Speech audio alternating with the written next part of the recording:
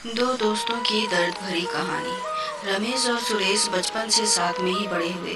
इन्होंने अपने सभी काम साथ में रहकर किए। साथ में ही स्कूल गए, एक क्लास में पढ़े, एक साथ ही कॉलेज जाते। इतना करते हुए उनकी पढ़ाई पूरी हो गई और उनकी नौकरी करने का समय आ गया।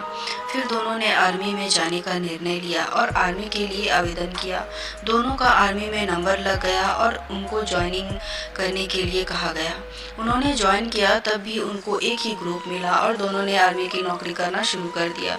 एक बार वहाँ पर युद्ध का माहौल बन गया और युद्ध होना शुरू हो गया। रात का समय था, चारों दिशाओं में गोलियों की बारिश हो रही थी। इस युद्ध में रमेश और सुरेश भी शामिल थे। तभी काली रात में एक तरफ से जोर जोर से आवाज आने लगी, रमेश कहाँ हो? मेरी मदद करो, मैं मुश्किल में हूँ, मुझे मदद की ज़रूरत है। रमेश ने तुरंत ही सुरेश की आवाज़ को पहचान लिया और उसने रमेश की मदद करने की सोची। उसने अपने कैप्टन से सुरेश की मदद करने जाने के लिए इजाज़त मांगी। कैप्टन ने तुरंत मना कर दिया कि तुम वहाँ नहीं जाओगे। हमारी सेना से पहले ही काफ़ी सैनिक मारे जा चुके हैं और मैं और सैनिकों को कम नहीं होने दूंगा। इतना सुनने के बाद रमेश शांत बैठ गया।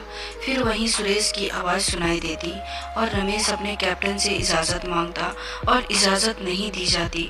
फिर अंत में रमेश से रहा नहीं गया। रमेश ने कैप्टन से कहा कि सुरेश मेरा बचपन का दोस्त है और हम दोनों साथ में खेले हैं और साथ में ही बड़े हुए हैं। आज उसको मेरी ज़रूरत है और मैं यहाँ पर शांति से बैठा हूँ।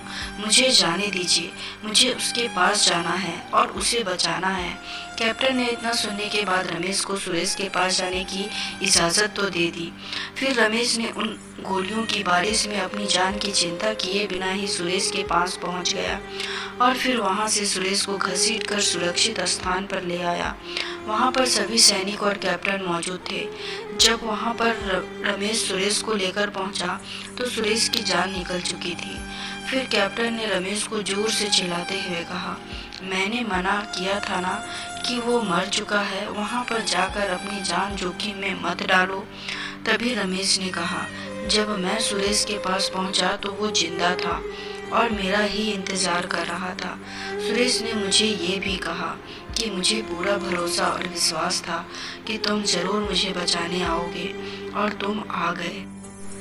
तो दोस्तों, इस हार्ट टचिंग स्टोरी को पढ़कर आपको ये तो महसूस हो ही गया होगा कि सच्चे दोस्त बहुत मुश्किल से बनते हैं और एक बार बन जाए तो उसे किसी भी हालत में निभाना चाहिए, चाहे उसके लिए अपनी जान ही क्यों नहीं देनी पड़े। तो उम्मीद करती हूँ दोस्तों ये छोटी सी कहानी आपको पसंद आई होगी। इस पर आपकी क्या राय है कमेंट में ज़रूर बताएं और लाइक शेयर सब्सक्राइब तो ज़रूर से ज़रूर कर दें। कहानी देखने के लिए, सुनने के लिए बहुत बहुत धन्यवाद।